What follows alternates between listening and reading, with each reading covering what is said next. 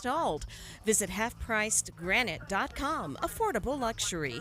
Ricky Meese in the KSL Traffic Center. KSL weather, we're done with rain for today, but we're seeing snow moving in. Right now falling in the Cottonwood Canyons, and it'll be falling in the valleys by tomorrow morning. Valleys could see up to 2 inches with up to 16 inches in the northern mountains.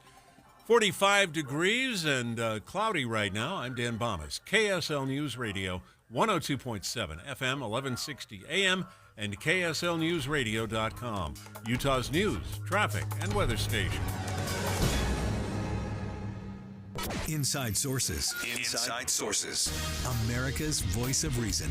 Boyd Matheson on Utah's home for elevated conversation. Inside Sources on KSL News Radio. All right, except that today you do not have Boyd Matheson, and I am someone who listens to him a lot. So if you were settling in for a great 2 hours with Boyd Matheson, I do apologize, but I hope that you will stay with me, Leah Murray, alongside my good friend Abby Osborne, because we will endeavor to be, right, Abby, as good as Boyd. And we will try to dig deeper and think bigger and do all the things that Boyd calls on us to do every day at 1 o'clock. Yep, absolutely. Looking forward to this next 2 hours, Leah. Yeah. So, Abby, what I wanted to talk about first with you to start off the show is that last night, 4 Republican candidates, so it was Nikki Haley, Chris Christie, Vivek Ramaswamy, and Ron DeSantis, were the ones who made the cut for the debate stage in Alabama. So I want to just be honest with our listeners and say I was watching basketball and the debate, so I was kind of flipping back and forth.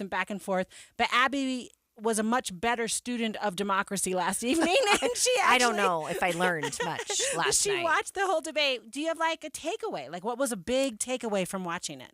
We said this offline, Leah, but I watched it twice, actually. I came into it about 2/3 into it and then replayed it as the station replayed it. And so I got to watch it twice. And the first 25 minutes, super concerning. Like, I can't believe I watched it again, honestly. I wish we got better outcomes from the 4 on the stage. 5 qualified, of course. Former President Trump would have qualified to be at the debate as well. But they just attacked each other. And you'll hear it in a few of our cuts today. Yeah, and not attacking, you think, that helped people learn anything about them. You felt like maybe it was just kind of nasty. It did turn a little bit nasty to a few of the candidates and on a few different issues. A few of them did answer specific questions. Nikki Haley got after it on Iran and everything that's happening in the Middle East, and the direct nexus to Russia. And it was the one point in the debate that I thought, oh, I had no idea. And so I learned something at that moment. The rest of the time I just learned that it's just dysfunctional right now, and it's too bad. All right, so let's listen to one of these. So Nikki Haley, as everyone may or may not be aware, is a rising star in this election right now. So people are getting behind her. And then as a result, on this debate stage, she comes under attack from the other candidates. Let's listen to one of the accusations from Ramaswamy. And I think those with foreign policy experience, one thing that Joe Biden and Nikki Haley have in common is that neither of them could even state for you 3 provinces in eastern Ukraine that they want to send our troops to actually fight for. So reject this myth that they've been selling you, that somebody had a cup of coffee stint at the UN and then makes $8 million after, has real foreign policy experience. He has insulted Nikki Haley's basic intelligence, not her positions. She doesn't know regions. She wouldn't be able to find something on a map. If you want to disagree on issues, that's fine. And Nikki and I disagree on some issues. But I'll tell you this is a smart, accomplished woman, and you should stop insulting her. Go ahead. Like, what do you think about that, Abby? Well, and then this continued on with the 2 of them, Christie and Ramaswamy, actually going after each other on a couple of different issues. But as Nikki Haley just sat there, DeSantis got into it a little bit, but she actually said at one point, thanks, guys. Appreciate the attention. And we didn't, for the first 45 minutes of the debate, we really didn't learn where they stood on any policy issues. We just kind of attacked each other. And that was the most unfortunate part, I thought, about this fourth and final debate. Yeah, Abby, talk to me about what it means that Chris Christie comes to her defense. So a little bit, and I wanted to know what your feeling was. My thought was, I don't know, does it make her look weak that he had to step in? And is that a problem? But I'm only catching parts of it. So you watch the whole thing. Do you feel like, no, it looked like he was trying to position himself in case she goes the distance? I mean, what was your thinking? That did cross my mind, and that, he's vying for the number 2 if she is in fact the candidate. It also said to me that Ramaswamy just keeps attacking. He attacked all of them. So it wasn't just a Nikki Haley problem last night. He attacked all of them, and he kept going after all of them. He never did talk about how he would stand on an issue. And I don't think it saw that she was weak. I think that it was clear that all of them were afraid of her and the rising numbers that she has. Yeah. So let's talk about the person who wasn't on the stage, right, whose absence is felt on the stage. We're 17 minutes into this debate, and except for your little speech in the beginning, we've had these 3 acting as if the race is between the 4 of us. The 5th guy, who doesn't have the guts to show up and stand here, he's the one who, as you just put it, is way ahead in the polls. And yet, I've got these 3 guys who are all seemingly to compete with, Voldemort, he who shall not be named. They don't want to talk about it. I'm in this race because the truth needs to be spoken. He is unfit. This is a guy who just said this past week that he wants to use the Department of Justice to go after his enemies when he gets in there.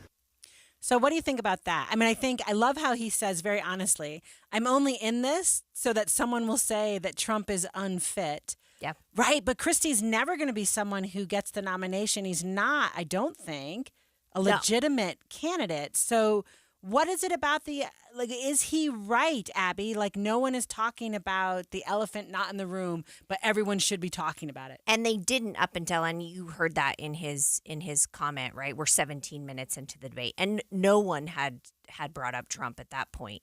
They did bring up Trump throughout the rest of the debate.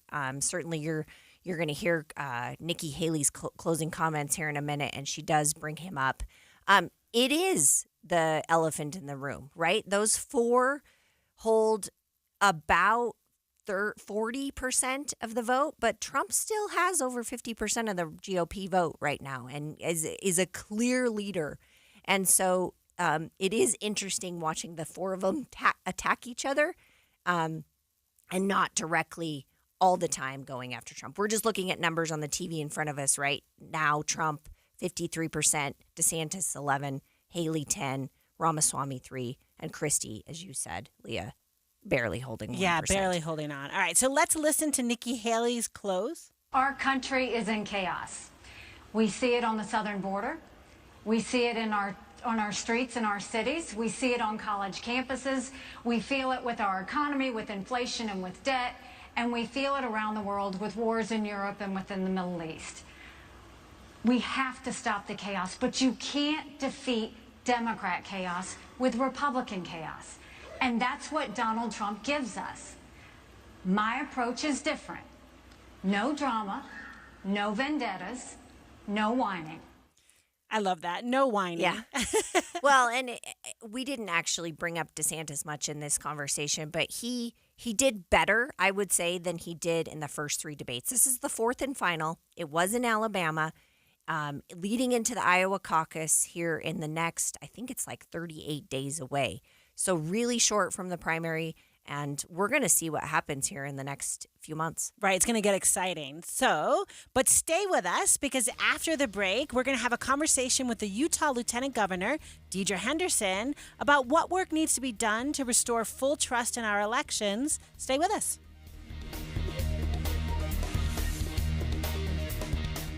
As the year winds down, the storylines are ramping up. Salt Lake City is the preferred host. Homelessness in Utah has been steadily increasing. Israel and Hamas are back at war. It should be a really good snow season across the state. Keep up with these and the stories still to come. Listen to Tim and Amanda in the morning from 5 to 9, David Dejanovic at 9, and Boyd Matheson at 1. And on your drive home, get breaking updates and Jeff Kaplan's Minute of News from 3 to 7. All day, all season. We have you covered at KSL News Radio.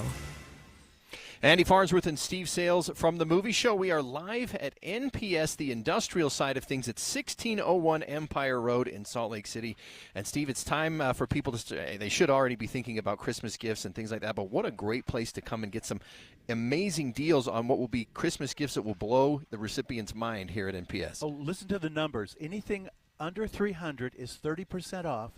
Anything over that is 50% off? 50%. Is that right, Tammy? We've got Tammy, the store manager. Go ahead, Tammy. Oh, yeah. We've got over $300, 50% off, all single items.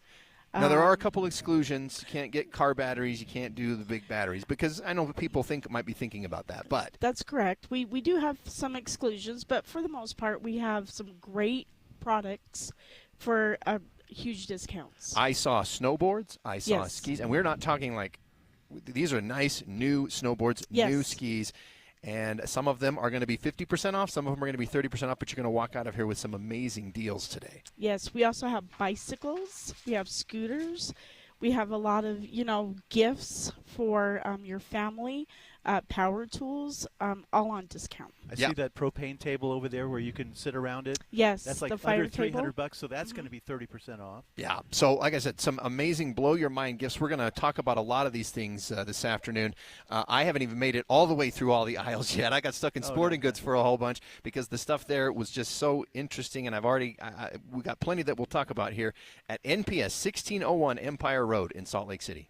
What's up, everybody? I'm Mike Wilson with Any Hour Services, and if you have a drain that's clogged or backed up, after you've tried the plungers and products, the next step usually involves some kind of drain snake or cabling equipment. You see, sometimes the blockage is far enough down the line that you need special equipment that most homeowners just don't have. That's where the Drains Department at Any Hour Services can help. A drain snake can clear most blockages and get the water flowing again, and clearing blocked drains is what our Drains Department does day in and day out. So if you're a homeowner with a drain line that's clogged or backed up and you'd like one of our drain technicians to come and snake the line for you, it's only $29. Yep, you heard that right. Any Hour Services will snake any drain line with normal access for only $29. Sinks, showers, tubs, toilets, floor drains, laundry drains, even that sewer main line that connects to the city. We'll snake any line for just $29. For help with your drain issues, call Any Hour Services at 801-443-7700. You can Google Any Hour Services. You can even schedule online at anyhourservices.com. No one helps more homeowners than Any Hour Services. 2 years ago, I decided to make a change that impacted my life. I started my soda weight loss journey. Within 3 months, I had lost 34 pounds of excess weight, and I didn't do it alone. My soda nutritionist was with me every step of the way. I feel so much better now, and I have excess energy to enjoy life. You can lose the excess weight as well, just like Steven. I'd been wanting to lose weight, and I tried on my own. I either didn't keep up with it or, it just didn't work out.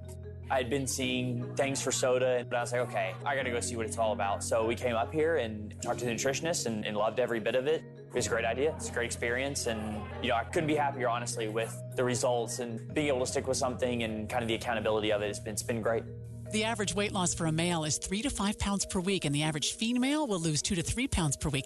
How much weight can you lose? Call Soda Weight Loss or visit sodaweightloss.com. That's SOTA, stands for state of the art, and find out how quickly you can reach your ideal weight with Soda Weight Loss. It is state of the art. Pro Paint Days are back for MVP's Pro Rewards members at Lowe's. Now through December 15th, you can earn 10% back in paint rewards via Lowe's e-gift card when you spend $100 or more on qualifying paint purchases. Plus, save $10 on a new and exclusive 5-gallon pail of HGTV Home by Sherwin-Williams Drywall PVA Primer and Sealer. Lowe's knows paint. Lowe's knows pros. Offers valid 12/4 through 12/15. Exclusions, restrictions, and more terms apply. See Lowe's.com/L/pro loyalty terms. Subject to change. Positive mortgage news? Interest rates have dropped and trending down from 2023 yearly highs. Click loansbyrick.com. Purchase or cashback loans. Visit loansbyrick.com. Intermountain Medical Center in Murray, LDS Hospital in Salt Lake City, and Utah Valley Hospital in Provo are ranked among the 2023 list for best cancer hospitals in the nation by Newsweek magazine, with a high level of comprehensive personalized care and treatment they provide. Intermountain Cancer Center locations provide an integrated, personalized approach to cancer treatment care, close to home for patients throughout the Intermountain West, as well as telehealth services. Brought to you by Intermountain Health and KSL News Radio. With the 3 things you need to know this hour, I'm Dan Bomas. First, A group is challenging Orem City's decision to make "In God We Trust" the city's official motto. Second, a congressman from Utah says the House could get spending bills done if they'd stop quibbling. Third, a congressman who pulled a fire alarm to hold up a vote on the federal debt ceiling has been censured by his colleagues in the House.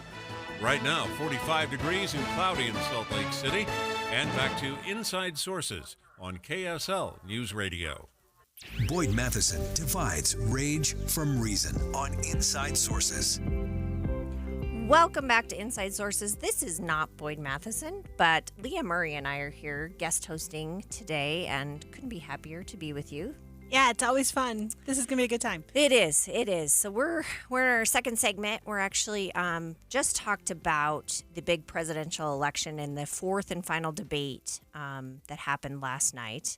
2024 is going to be a huge election time, both on the state level and on the national level. And in a recent piece from the National Review, Utah's Lieutenant Governor Deidre Henderson actually joined other secretaries of states, other lieutenant governors, other election officials in 4 different states about the weakening trust in the system.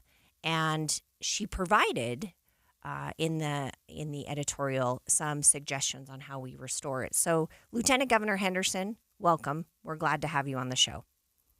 Well, thank you very much, Abby and Leah. It's great to be here. So talk to us about, just in case, Lieutenant Governor, not everyone has read your op-ed, I thought it was excellent. Can you tell us and our listeners what is contributing to this lack of trust in the election system and process? Well, I think that it's part of a broader trend. There has been a general decline in trust in public trust in all sorts of institutions for a long time now. I think Congress probably tops the list of institutions that the public does not trust. And elections is one of those, our democratic institution that is suffering from that lack of public trust. In fact, people don't even trust each other anymore. And it's a real concern. Because we have to be able to trust each other. We have to be able to trust our public institutions. Because if we don't, our way of life, our freedom, our liberty, our government, our country is at risk. So in this op-ed, I joined some other secretaries of state in Utah. That we only have a lieutenant governor, so I serve as the lieutenant governor and secretary of state. I oversee elections. But I joined some other Republican secretaries of state to help call on the public and especially elected officials at every level throughout the state, public officials, to help restore trust in our democratic processes, in our elections. And we do that by educating the public. We do that by not casting aspersions or doubt on other people's processes. The polling has shown us that people maybe don't trust elections in general or how elections are run in other states, but they trust how they're run to a greater degree. They trust how they're run in their own states. But trying to build up trust in your own state's election by maybe casting doubt or aspersions on another state's elections who might do things a little bit differently is really problematic. It adds to the decline in trust in the overall process. So that's one of the things that we're pointing out in this. And the other thing that we're pointing out in the op-ed is that we have to not only educate the public on what we do and help them understand the commonalities throughout the United States on the processes, what we do to make sure that we are validating signatures, that we're making sure that only those who are eligible to vote actually vote, what we're doing to keep our ballots and our elections secure, but also that we're looking at how we can improve, the idea of continual improvement. We're never just done. We're never good enough. We're always wanting to be better. That is so good to hear, Lieutenant Governor. And it's I mean, as we enter 2024, right, and audits have come out here in the state of Utah that have said our elections in the state of Utah are very safe and secure. And that's a testament to your office. It's obviously a testament to our voters. But how, as we enter into 2024, what are you most concerned about? Maybe not in our state, but the connected states and for the national election. I think what worries me the most, what keeps me up at night, is I'm concerned that it doesn't matter who wins next year. The losing side is going to say that person only won because somehow the election was rigged. And we're going to continue to go down this path. It has to stop. We have to rebuild trust, and it can't just be our elections were good and well run and secure if our person won.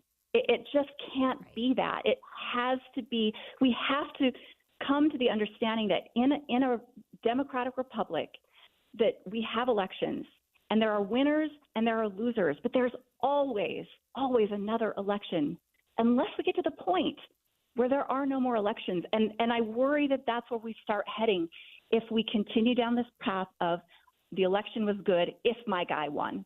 Lieutenant Governor, I loved the point in your op-ed where you say Democrats sown doubt, right? So they were actually part of the problem in 2000, 2004, 2016, 2018. And your point right here is so just important, right? It is always the case that you assume, like in any game, if I lost, it's the ref, right? Something must have happened. It's not that my team lost.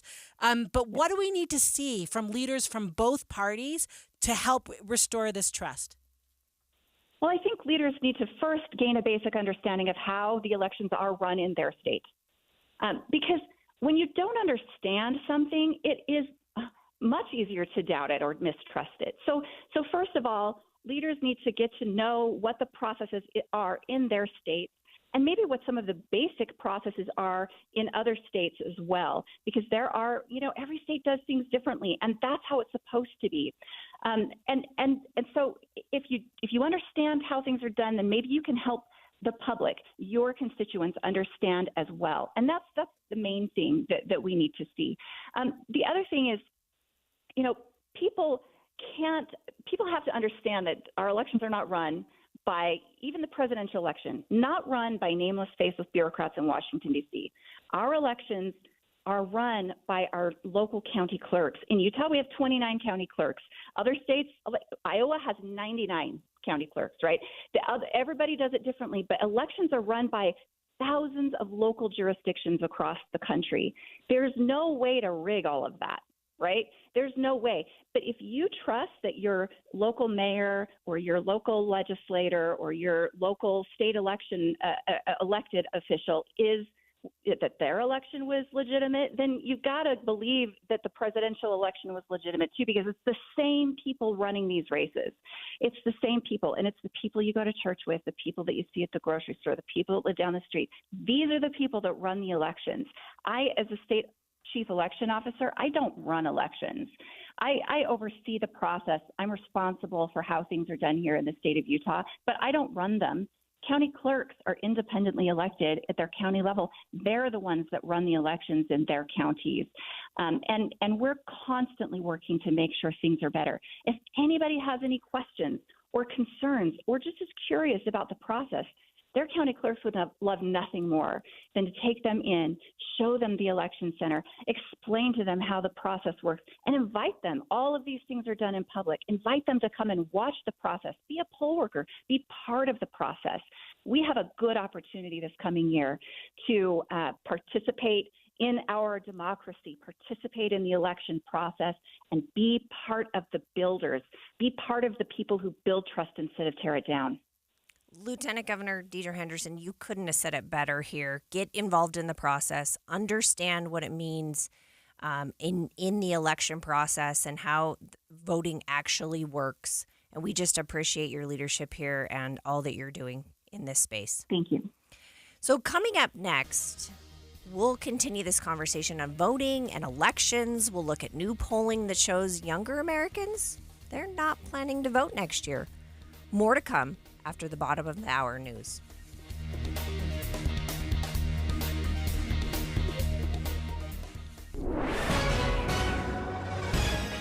It's 1:30 at KSL News Radio. I'm Dan Bonas. KSL's top story this hour. Students at the University of Nevada, Las Vegas, now dealing with the aftermath of the mass shooting on campus yesterday that left 3 victims dead, 1 critically wounded. Utah Harrison Epstein says the city's still recovering from the music festival shooting that happened back in 2017. Las Vegas is resilient. I was on the other side. I was in Utah. Thankfully didn't have family there when the 1 October shooting happened. And those wounds are always open here. They're very real. Epstein says they're trying to stay busy, and the prayers from those in Utah do make a difference. Our top national story this hour from ABC News. The state of Wyoming is ready to auction off 640 acres of state-owned land inside Grand Teton National Park. Opponents are trying to block or at least delay the sale, and ABC's Dave Packer reports. The state lands director says Wyoming law requires getting the highest value for state-owned lands to raise money for public schools and recommends bidding start at $80 million. But opponents, both Democrats and Republicans, are joining forces to try to stop or at least delay the sale. Republican Governor Mark Gordon has been quietly nudging the U.S. Interior Department to buy it, but whether the federal government would be agreeable or even able to buy the land is unknown. Dave Packer, ABC News. Your money at this moment, the Dow Jones average up on the day 66 points right now. The NASDAQ up 190 points as we near the close of trading. And coming up, it looks like the snow has arrived in some of the canyons already. That's next. KSL News Time 1:32. We have enough people running around Broadcast House at 4 in the morning to field a football team. Producers, reporters, the traffic team, and us. This is Tim and Amanda. Join us each morning from 5 to 9 on KSL News Radio. Andy Farnsworth and Steve Sales from the movie show. We're out at NPS, a nice place to save. This is at the industrial store, 1601 Empire Road in Salt Lake. It's just west of Redwood and a little bit south of California Avenue. What a great set of deals that they have on things today here, Steve. Oh, well, okay. You know me, I'm left-handed golfer. I found another golf club, a brand new, a Maverick Callaway 5-wood, normally $160. $35 today. Come on. Yeah, and they've got deals on items, in-store deals. Is it today only, or is it just for a couple of days? Dalton, we've got the assistant manager here from NPS Industrial. So this sale started December 4th, Oh. And it's going to go through the 16th. Other things we have is like 2 Oculus Rifts that are under $250. We have another one that's under $150 today. Oh, wow. Yeah, so we get in some really awesome stuff. You never know what you're going to see in here, and it changes daily. 30% off all single-priced items right now that are under 300 and under. Anything 301 and above, 50% off. So come on into 1601 Empire Road in Salt Lake at NPS, the industrial site. A nice place to save. Home is your sanctuary, or is it? If you're looking for spacious living and ample yard space, stop by an open house December 11th, 5 to 7 p.m. to preview Nielsen Homes' newest Diamond E family home, just north of Salt Lake, making commute time easy. And these homes are move-in ready and have spacious yards. See the Nielsen Homes difference with spacious family living floor plans and nice-sized yards. Take advantage of amazing end-of-the-year promotions, too. Nielsen Homes has been building homes across the Wasatch Front for over 45 years to accommodate things you need with things you love during their open house event December 11th. Enjoy warm churros and free pictures with Santa and see just how great low maintenance and spacious family living can be. That's 5 to 7 p.m. December 11th at Nielsen Homes Diamond E Community, 2630 North, 3200 West in Plain City. Visit Nielsen Homes Communities at nielsenhomes.com. NILSON homes.com.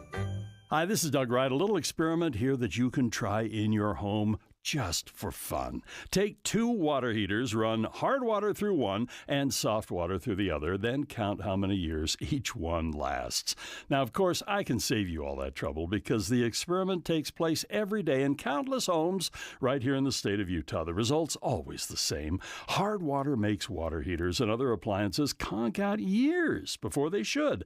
And that's why when Dee and I build our new home, I informed the builder that we'd have Connecticut put in our soft water. I just won't settle for anything else. With Connecticut, you'll use 2/3 less salt. All the mechanical design makes it virtually maintenance-free. And I'll tell you what, your water heater and other appliances will last years longer. All you have to do is contact my friends at Connecticut of Utah, an authorized Connecticut dealer. To learn more, call Connecticut. It's 801-576-8600 or log on to softwaterutah.com. Traffic and weather together, brought to you by Granite Credit Union's new Dividend Plus checking account. Here's Ricky Meese. The traction law is in place for both Big and Little Cottonwood Canyons, where the roads are snow-covered. And in the valley, we have an accident northbound I-15 at 123rd South, 2 right lanes blocked and causing delays past Bangerter Highway. Enjoy Utah's beautiful snow and whole family fun with winter tubing at Soldier Hollow in Midway. Experience longer tubing lanes, shorter lines, and more fun. Book your session now at UtahOlympicLegacy.org. Ricky Meese in the KSL Traffic Center. KSL weather. Snow's already falling in the Cottonwood Canyons. We will see snow showers starting late tonight and into tomorrow morning for the valleys, and we could see up to 2 inches there. Up to 16 inches could fall in the northern mountains. And right now, we're at 45 degrees. It's mostly cloudy. I'm Dan Bomas, KSL News Radio, 102.7 FM, 1160 AM, and KSLNewsRadio.com, Utah's news, traffic, and weather station. Inside Sources. Inside Sources. America's voice of reason. Boyd Matheson on Utah's home for elevated conversation. Inside Sources on KSL News Radio. And welcome back to Inside Sources, except this is not Boyd Matheson. I am Leah Murray alongside my good friend Abby Osborne, and we are filling in and hopefully doing our best. A little bit of justice. Yeah, we're trying, Abby, to be as good as Boyd. That's right. All right, so I want to talk with you about something that's right in my like I do research in this area as a political scientist, and I work with students trying desperately to get them to keep the republic, right? Yeah. Abby said that's an old quote from Ben Franklin back in the day, and it's like, we only get to have this thing. And we just listened to Lieutenant Governor Deidre Henderson say she's a little worried about the last election, and the answer is, man, this only works if we are all participating and playing our role in keeping the republic. But a new Harvard youth poll finds that many younger voters don't plan on voting next year. So what I want to do, Abby, let's just get some of these numbers out, and then we'll talk about what we think's happening. So overall, for the 2024 election, so the election that's coming up, only 49% of Americans under 30 definitely plan to vote. So at this time, last time, it was 57%. So we've got an 8% drop in the definitely planning to vote. Democrats actually haven't changed. So it's 66%, which is basically where it was back in 2020. But among Republicans, it's down 10 percentage points. And among independents, down 10 percentage points. So Democrats under the age of 30, so let's make sure we got this right. We're talking about young people under the age of 30. Democrats are looking the same kind of energy around their plans to vote, but Republicans are down 10 points. Independents are down 10 points. Abby, I'm telling you that data. What do you think about it? It breaks my heart.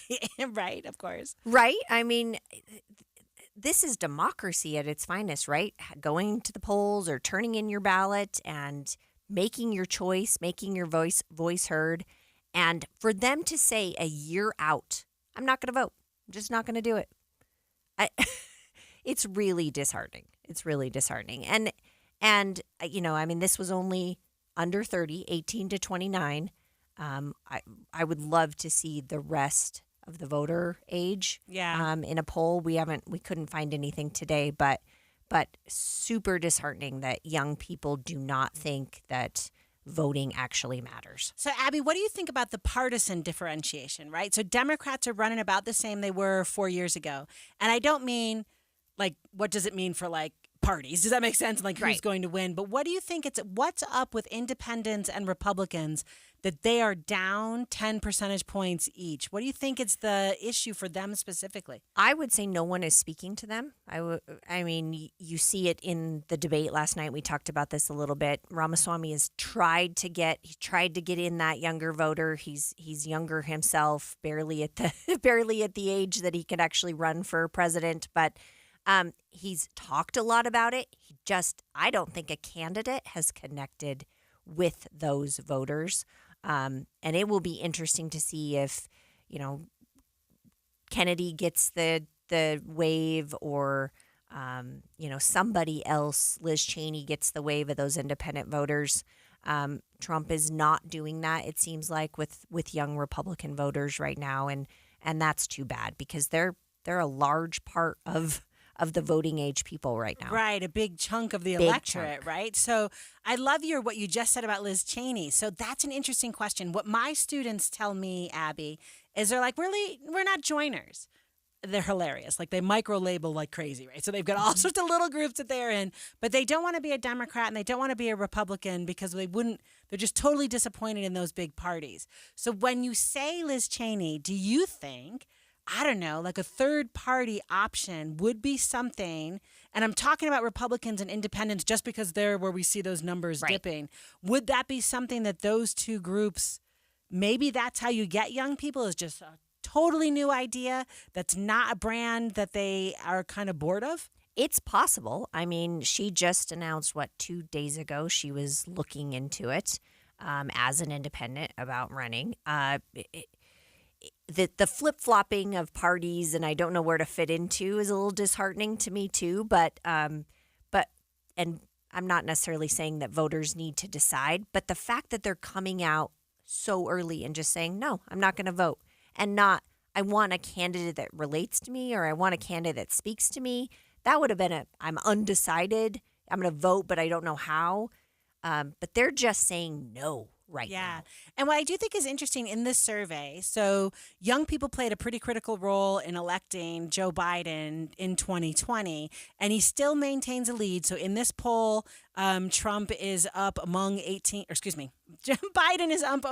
over Trump among 18 to 29-year-olds. What is it about, right, 70% of them favoring Biden over Trump, but they're saying it's more in opposition to Trump rather than pro-Biden. So even the young people who are, right, going to vote like Democrats, keeping their numbers up, are really not voting for Biden. They're voting against So Trump. then let's just pick on the Democrats here for a second. What is it about choosing a candidate that is old enough to be most of these kids' like great-grandfather, right? Yes. And then trying to connect with a critical mass of the electorate? Just seems off, right? It really does. I mean, I really go back to, I don't think any of them, they're both of our leading candidates in both of the primary parties, right, are older. Yeah, right. And probably not representative of these young people's needs, interests, desires, wants. And no candidate from either party has grabbed their attention yet. I just, if anyone in the age of 18 to 29 is listening right now, let's make sure we remember it matters. It does matter. It mattered 2 weeks ago when we had our general election at the municipal level. Some of those elections came down to mere votes. Right. And your vote does matter. I know it doesn't feel like it all the time, but if you would rather rally and pitchfork and try to get your vote out that way, or your voice out that way, it doesn't work as well as you just turning your ballot in. Right. No, and I love what you just said. This is all about the presidential national election. And by the way, you've got like a 1 in 6 billion chance of ever having an effect in that election. But if you don't show up because you don't like Trump or Biden, down the ballot is some kind of local election that, you're not wrong, Abby, comes down to 1 to 2 votes where you actually could have been the deciding factor. And my worry is that this kind of disenchantment at the national level rolls down in that ballot to the places where people are making decisions about potholes on the street, people are making decisions about schools, and all of that really matters because all politics really is local. Yeah, and I mean, absolutely. That's exactly what I was going to say, Leah. You hit on it so much. Your vote does matter so much at the local level. And next year, when we have the presidential election, we will also have a gubernatorial election and all of our statewide elected officials races. And your vote does matter in those. So don't get disenchanted by the national politics right now. Remember and remind yourself, remind your friends, it's important to get out and do your constitutional right, actually, to get out and vote. That's right. All right. So coming up after the break, we've got Jason Perry from the Hinckley Institute, who is in Washington, D.C. He's going to chat with us about a new center for students there. Stay with us.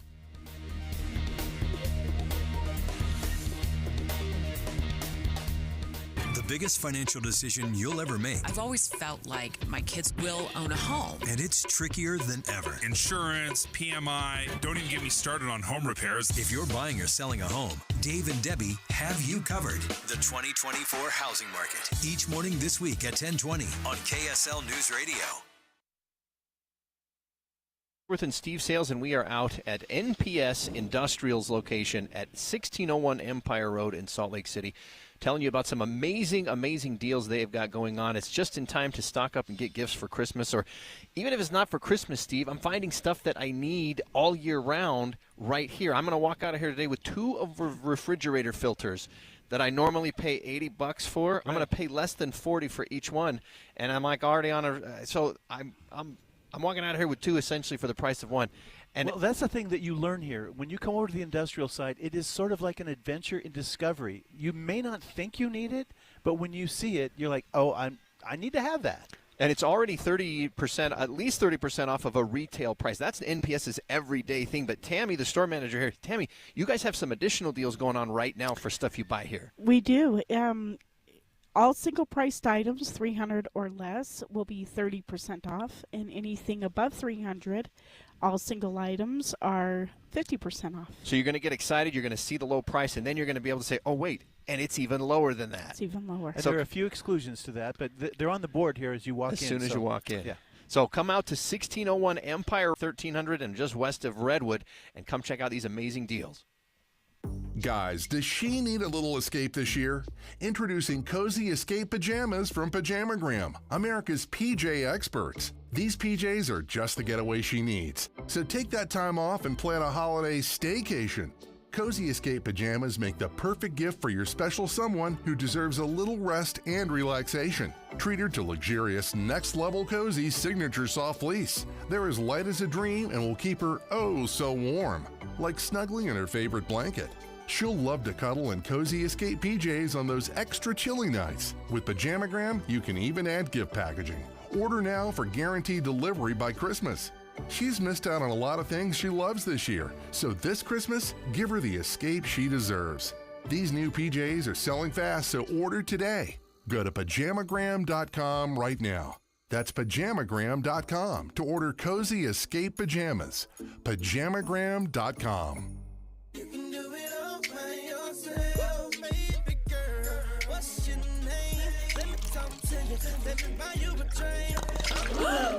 Spilled your drink? Quick, the quicker picker-upper.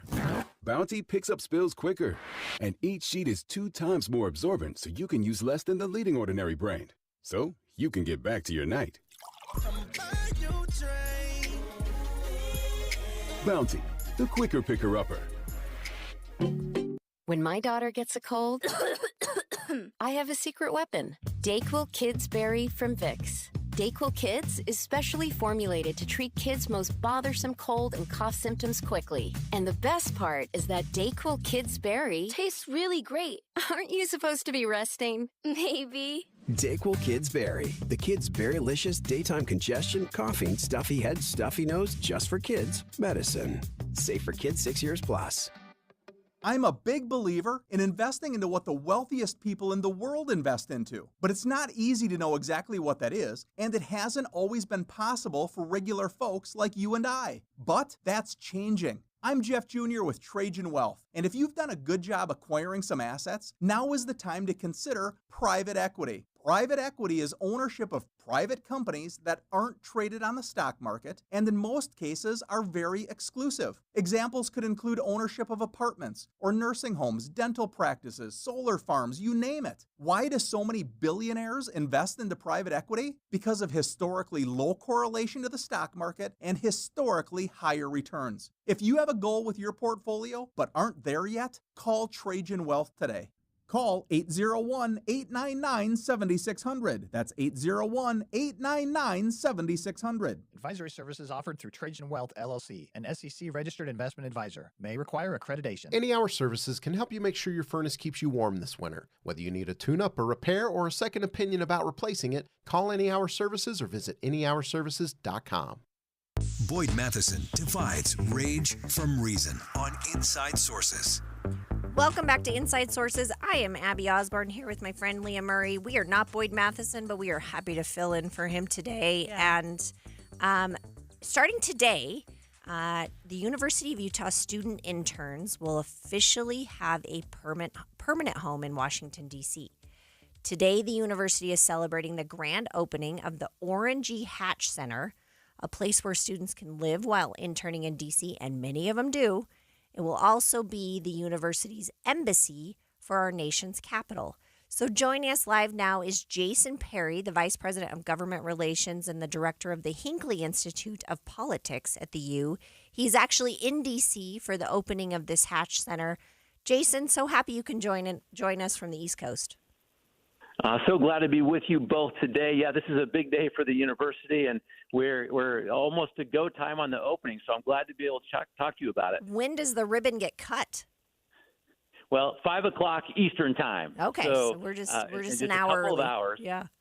Yeah, just an hour early, but you're hearing about it before anyone else. But this is just a major undertaking from the university. And as you know, Abby, because we've talked so many times about this, we've been wanting to get more and more interns to Washington, D.C., and bed space has always been the issue. And so we've been looking for a property for a very long time that would allow us to expand the program and even give opportunities for other universities to expand their programs. And so today, the Orangey Hatch Center will officially have a ribbon cutting, and students will start in January. Yeah, and so Jason, I'm so happy because Abby, I also try to place students in DC, and one of the hustles always is, how do you put them somewhere? Does that make sense? Like, I've got two girls and a guy, and I've got to find a place where I can have these three students. So we're just thrilled to that the U's letting us hang out, right? Like, our students will be able to stay at the Hatch Center. Jason, can you talk to us about, was Orrin Hatch a part of making this happen? Is that why you named it after him? I'm just kind of wondering the origin of that. Yeah, so it's named after Senator Orrin Hatch, and his foundation gave a substantial donation to the University of Utah to create this center in his honor. And the Hinckley Institute of Politics had a long connection to Senator Orrin Hatch. In fact, if you look over his 42 years in the Senate, about 6% of every intern we sent out was a Hatch intern. That's hundreds and hundreds of interns over that period of time. So he's closely connected to the Hinckley Institute of Politics, and he helped a lot of people decide about whether or not they wanted to get into politics or not. And that foundation was created to ensure the legacy of Senator Hatch, and that donation is what made this possible. That is awesome. I love that this legacy lives on and his name lives on in this place. So tell us, Jason, where is it located? And you talked about the embassy. We said that in our opening lines of introducing this segment. Give us a little bit about the purpose.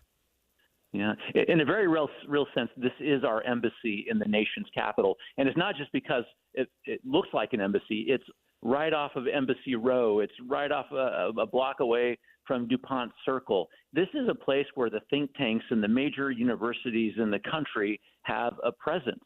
And I will just tell you, it is the most remarkable location that you can find in Washington, D.C. It's where our interns ended up anyway. But also part of this is not just the housing, which will have 50 beds in this building for interns, but it also has a big courtyard. It has a carriage house, classrooms, conference center.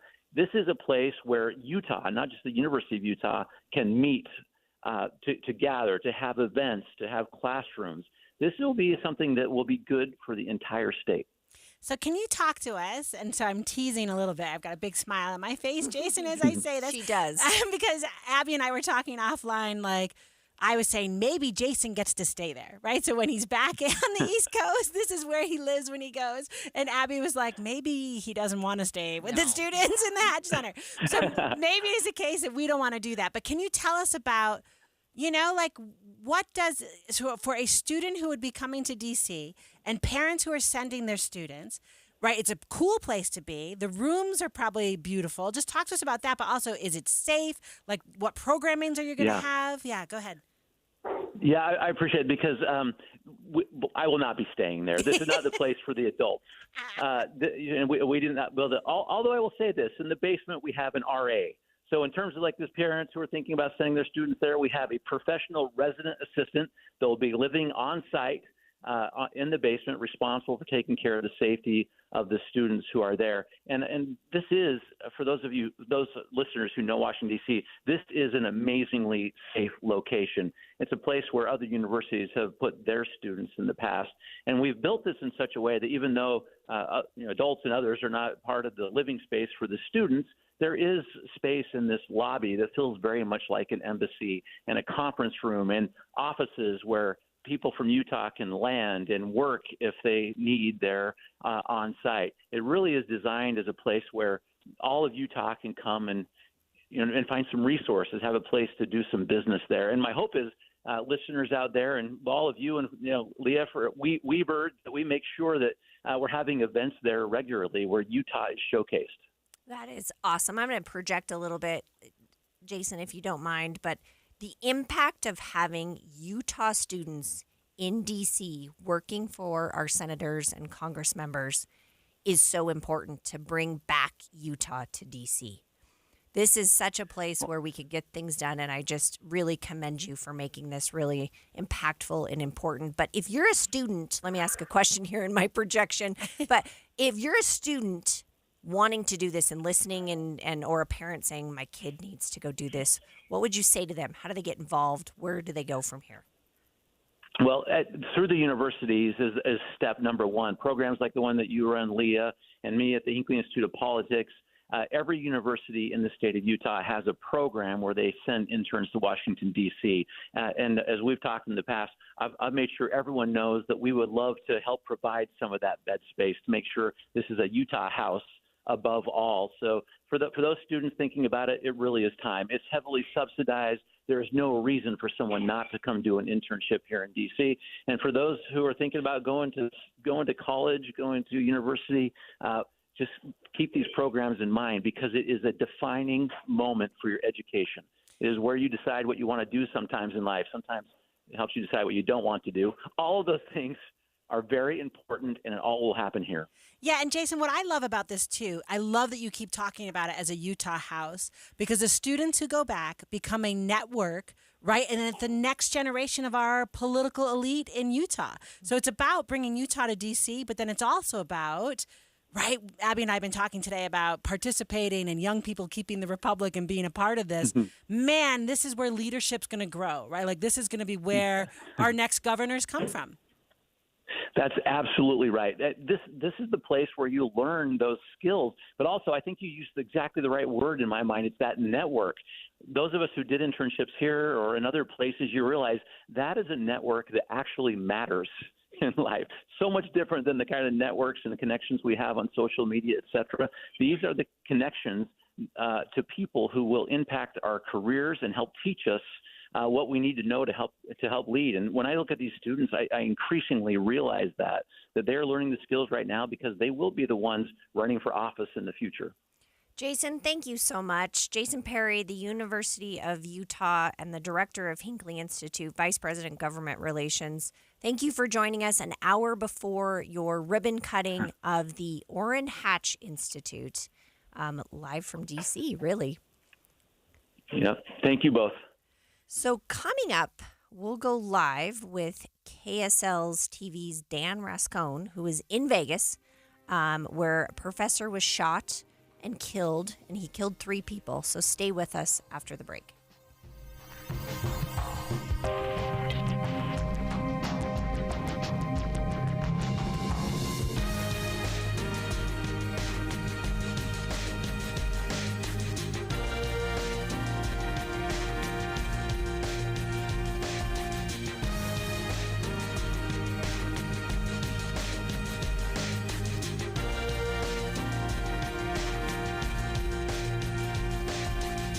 KSL FM Midvale. KSL Salt Lake City. Listen at home on any smart speaker. And in your car at 102.7 FM. This is KSL News Radio. Utah's news, traffic, and weather station. It's 2 o'clock at KSL News Radio. I'm Dan Bomas. KSL's top story this hour: home buyers are being hyped with new speculation that mortgage rates are going to drop next year. KSL News Radio's Britt Johnson tells us what a local expert thinks about that. Senior economist for Zions Bank, Robert Spenlove, says they've seen some downward trends, but it's premature to think that there will be significant drops. The government has been working to tamp down inflation and home prices. Major rate drops would just drive those up. If the economy remains strong, most likely the rates will follow the same trend. Next week, there's a Fed meeting where any changes to interest rates will be announced. Utah Senator Mike Lee introducing a bill to cut U.S. funding for the United Nations, following through on a series of recent threats. Lee's bill would repeal laws that bind the U.S. to the UN, like the United Nations Participation Act of 1945. It would also end financial support to the UN, prohibit U.S. involvement in peacekeeping operations, and withdraw the U.S. from the World Health Organization. Our top national story this hour from ABC News. Republicans are still pushing for border security before backing funds for overseas allies. Senator Lindsey Graham had a message for President Biden. If you don't use your executive tools or work with us for a statutory solution, none of us who are supportive of Ukraine, Israel, and Taiwan can vote. The White House has warned that failing to provide aid to Ukraine makes it easier for Russia to win that war. Your money at this moment, the Dow Jones average up on the day, 63 points right now, but the NASDAQ has been stronger all day, up 193 points right now. And our KSL weather, we've got snow in some of the canyons already. More coming tonight. That's next. KSL News Time, 2:02. Early mornings can be hard enough, just getting yourself going. We try to make it a little easier with news and weather from comfortable, trusted anchors and reporters. Join us on Utah's Morning News between 5 and 9 on KSL News Radio. This is the lunch rush at your local deli. Orders are flying in. Online, on the phone, and in person. Order for Nick. So is it possible that fast internet could help your business outrun the rush? It is with Comcast Business. Up-leveling your speed with gig speed Wi-Fi, powering all your devices, and fast downloads and uploads, powered by the next generation 10G network. With Comcast Business, next level speed isn't just possible, it's happening. Comcast Business, powering possibilities. Get started with fast speeds and advanced security for $59.99 a month for 12 months with a 2-year agreement. Plus, ask how to get up to an $800 prepaid card with a qualifying internet package. Call or go online to learn more. Ends 12/20/2023. Restrictions apply. Requires paperless billing and automatic payments. New 50 megabits per second internet and Security Edge customers only. Equipment, taxes, and fees extra. Gig Wi-Fi requires gig internet and compatible router. In 400 AD, a forgotten time in ancient America, warrior prophet Moroni must preserve the history of his fallen nation while being hunted by a ruthless tyrant. Where is the brave general now? From Freestyle Releasing and Great Scott Entertainment comes The memory of my God, The Oath. my faith and my freedom, my wife and my son. The Oath, coming to theaters tomorrow. Rated PG-13. May be inappropriate for children under 13. More information is available at oathmovie.com. If it's out of sight, it's out of mind. Even though that's an old adage, it's still very true today. And it's especially true of your old 401k. I'm Jeff Jr. with Trajan Wealth, asking you to get that old 401k in sight and out of the company you no longer work for. But don't roll it into your new 401k. That could be one of the worst things you do. Of course that's easy. But when has the easiest way ever been the best way? Instead, call Trajan Wealth and learn about all of your options, including a way to earn an upfront bonus of up to 25% for your future income just for rolling it over. That's right. You could earn up to a 25% bonus for your retirement income just for rolling that 401k over with Trajan Wealth. Don't roll that 401k into your new company plan. Don't do it without calling Trajan Wealth first. Call 801-899-7600 or visit TrajanWealth.com. Guarantees are based on the claims paying ability of the issuing insurance company. Traffic and weather together brought to you by Granite Credit Union's new Dividend Plus checking account. Here's Ricky Meese. The Draper crash northbound I-15 123rd South has been cleared. All lanes of travel are open again and delays are gone, but restrictions remain in place due to weather and road conditions in both Big and Little Cottonwood Canyons. Renew your smile with Grandpa's Dental. Grandpa's Dental offers cosmetic and routine dentistry. Visit grandpasdental.com for a location near you. That's grandpasdental.com. Ricky Meese in the KSL Traffic Center. KSL weather, we're seeing snow already in Little Cottonwood and Big Cottonwood Canyons, and more is on the way. Snow showers starting late tonight into tomorrow morning. The valleys could see up to 2 inches with up to 16 inches in Utah's northern mountains. Right now, 46 degrees, mostly cloudy. I'm Dan Bomas, KSL News Radio, 102.7 FM, 1160 AM, and KSLNewsRadio.com, Utah's news, traffic, and weather station.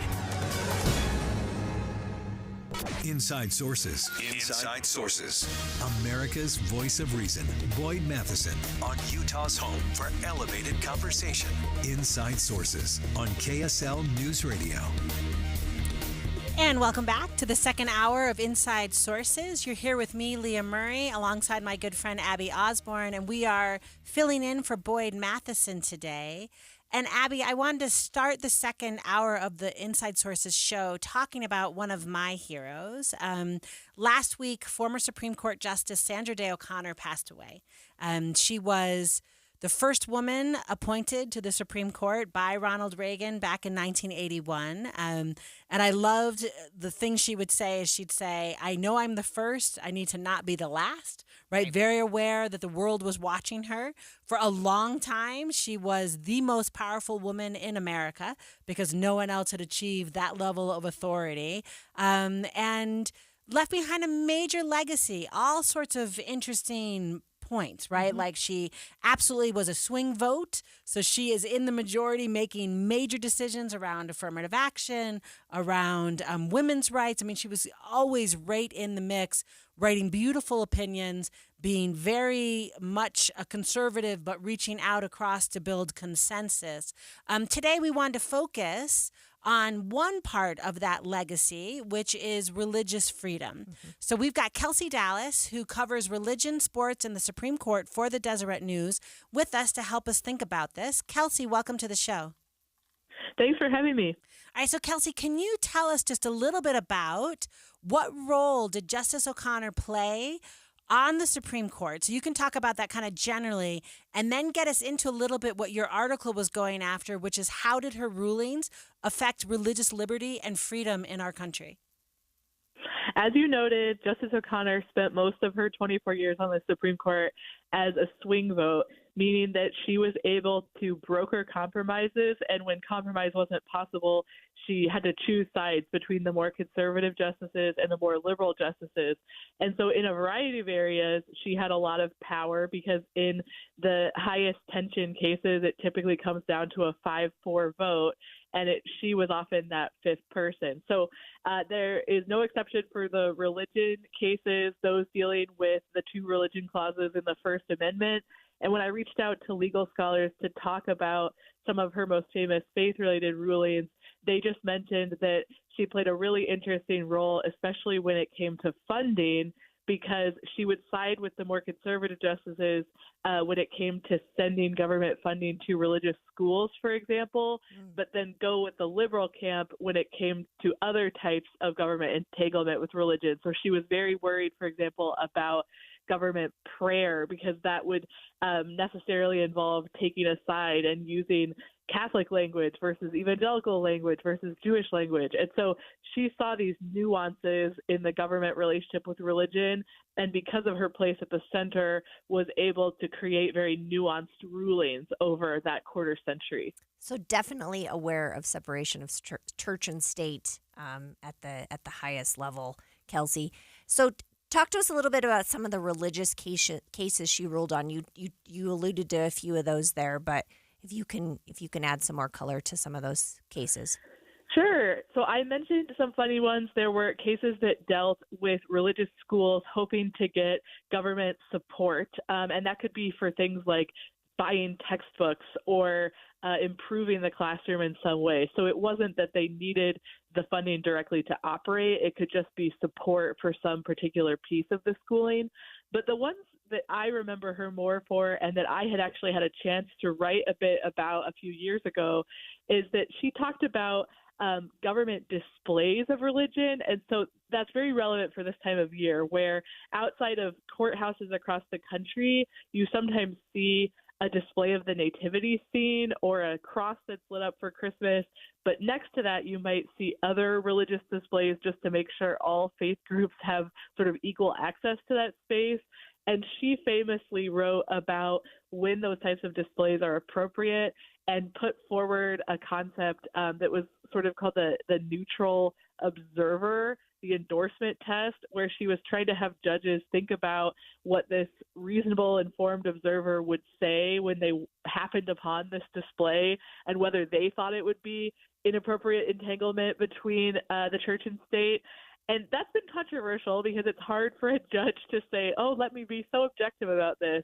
But it certainly made a big difference in several cases after it was put forward. Yeah, I loved the quote you have in your article that's saying the right of the court wanted both money for religious institutions and also leading prayer. And the left side of the court wanted neither. So no money for religious institutions and no leading of prayer. And O'Connor is working to make a majority somewhere in the middle, right? Like, so making sure that both the left and the right don't get everything they want, but get like a compromise, building that consensus. I feel a little bit, Kelsey, like in today's politics, that kind of voice is missing.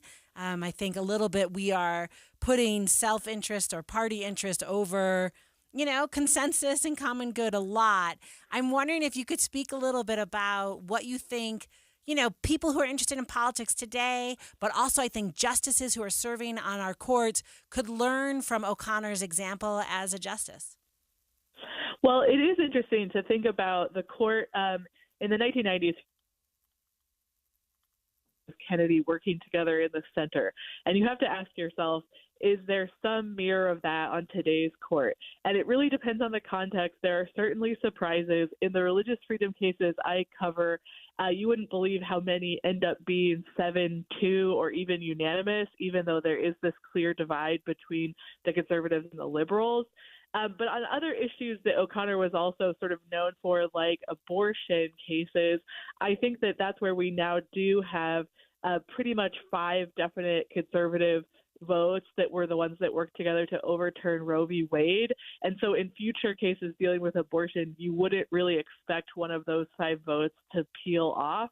And I've written about that because if there were a case to come up that was talking about a faith group that allows for abortion or even demands abortion in cases where the mother's life is at risk, would you be able to have a group of 5 or 6 that went with the religious freedom claim there? And a lot of the scholars I've spoken to say no, because it's like those people's votes are completely decided, they're not shifting. And that's where I think frustration can come in, because it's like if there's not going to be a new voice on the court for many years, then it's just like, why even hear the case if it feels like it's a foregone conclusion? So again, there are more surprises and there is more compromise than the average American probably realizes, but it has solidified and calcified since O'Connor's time in the court. That's such a great perspective in your article. I hope people will actually go to Deseret News and read it. Kelsey, we really appreciate you being on. I'll just note for the listeners that in the 2015 legislative session, the Utah legislature and the governor actually signed SB 297, which was Religious Liberties and Religious Freedom Acts here in the state of Utah. So certainly took a page out of the justice's book, so to speak, and made sure that religious liberties and freedoms were spoken in our Constitution here in the state of Utah on our books. Yeah, this is really tricky, right? Because there's nothing more close to your heart than, the care and stewardship of your soul, right? And so when we're talking about religious freedom, I would argue probably the reason this country exists quite a bit, right, is making sure people are free to practice their religions the way they want to. All right, coming up after the break, listeners, stay with us. We're going to have a conversation with Dan Rascone about what is happening with this awful and tragic shooting that occurred at UNLV down in Nevada. Stay with us after the break.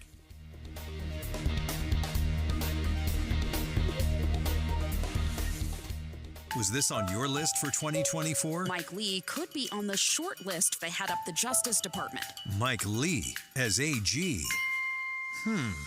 And that would mean another Utah Senate race. Or not. The plot thickens for Your Voice and Your Vote 2024 on KSL News Radio. Can you hear me? Okay.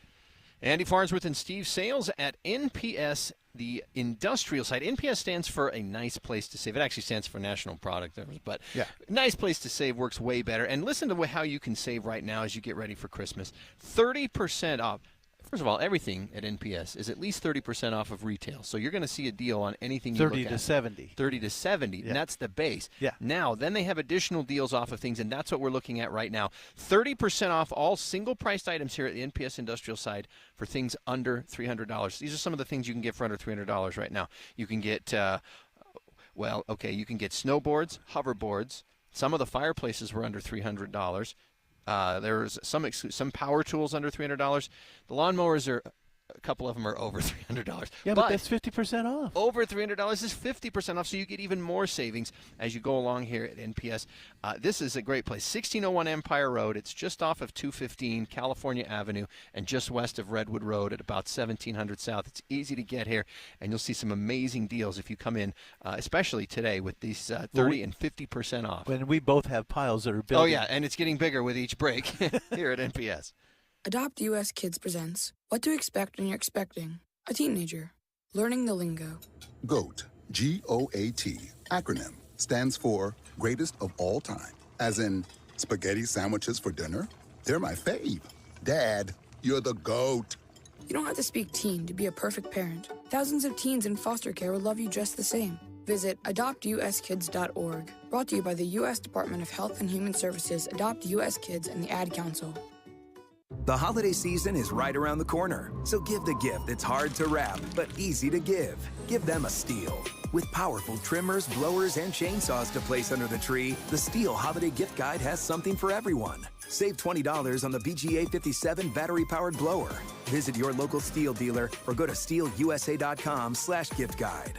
Real Stihl. Find yours. Now $179.99 was $199.99 MSRP. Offer valid for a limited time only at participating dealers while supplies last. Hi, Andy Farnsworth here to talk about my soda weight loss journey. Well, I'm 2 months in, and I have lost just under 40 pounds. I'm averaging a little over 4 pounds lost per week. And yes, that even included Thanksgiving week, where I did get to eat delicious food, although maybe not everything at the Thanksgiving table. But I can guarantee you that nothing I would have eaten at that Thanksgiving table would have tasted as good as it feels to put on pants 3 sizes smaller than I was just 2 months ago. My clothes fit me better. I've found clothes that haven't fit me forever that I've been able to pull out of the closet. I've got a pile of clothes to donate that are now too big for me. It's a great feeling to get to those kinds of moments, and SOTA, it stands for state of the art, has been the key for me. Go check out some of the 8,200 reviews on sodaweightloss.com. That's SOTA weightloss.com. They customize the plan to fit my crazy lifestyle and to help me meet my goals. Sodaweightloss.com. All I can say is, it works. Jeff Kaplan here for my good friends at Advanced Window Products. Jake Weber and Nate Orchard are spreading the holiday cheer with their biggest sale of the year. If the wind whistles through your windows, if you want a fresh new look for your #1 investment, your home, call Advanced Window Products and take advantage of this incredible end-of-year sale. Replace all of your windows and frames, and you get $2,500 off. But that's not all. You get a free premium glass upgrade. Insulate your home against the cold with double-pane windows and stylish frames, any style, any color, and they're built custom right here at their headquarters in Salt Lake City for 37 years. They build the windows, they install the windows, and they guarantee them for life. Plus, an additional $2,500 off and a free premium glass upgrade. You can save now, pay later, so take advantage. Call now, Advanced Window Products, That's 801-850-9100. 801-850-9100 or visit advancedwindowsusa.com. Completely immerse yourself in University of Utah sports with the free Utah 360 app. Behind-the-scenes exclusives, local KSL coverage, game stats, and more. Download for free in the App Store or Google Play Store.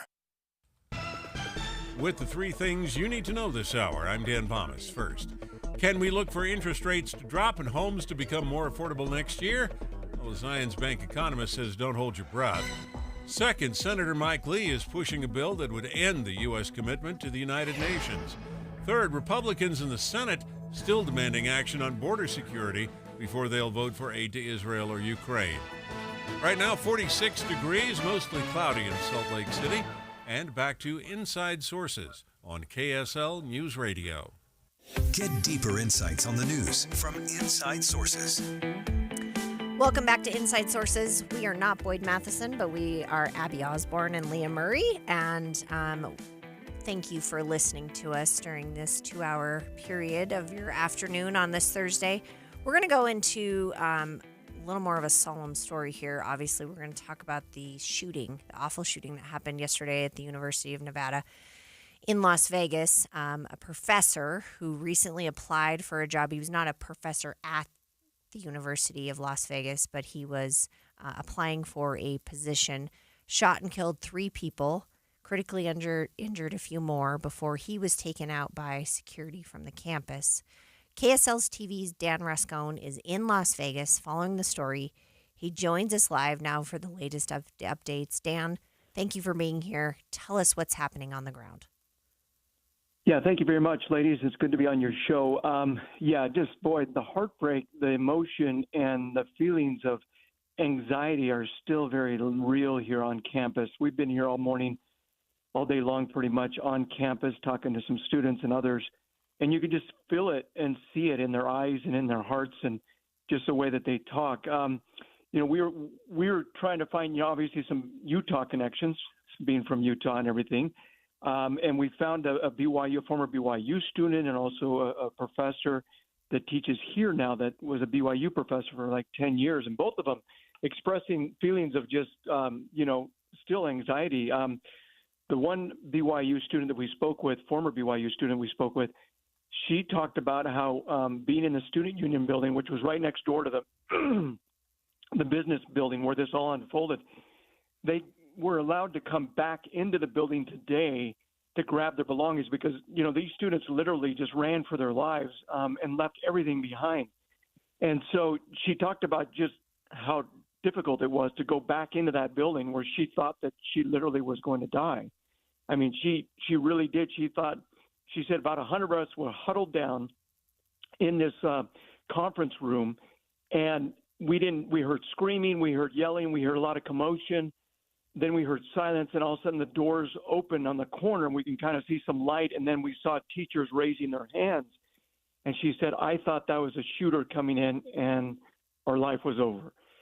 But it was actually police that were coming in, going door to door, trying to, escort everybody out. So that just gives you a little bit of an idea as to some of the feelings of anxiety that people have here and the difficulty that they went through. This was very real. I mean, you had, yesterday afternoon, 11:45, shots rang out at the business building. We're now being told from the AP that 2 of the 3 victims are professors. We don't know who the 3rd victim is. Police have not confirmed that yet or not.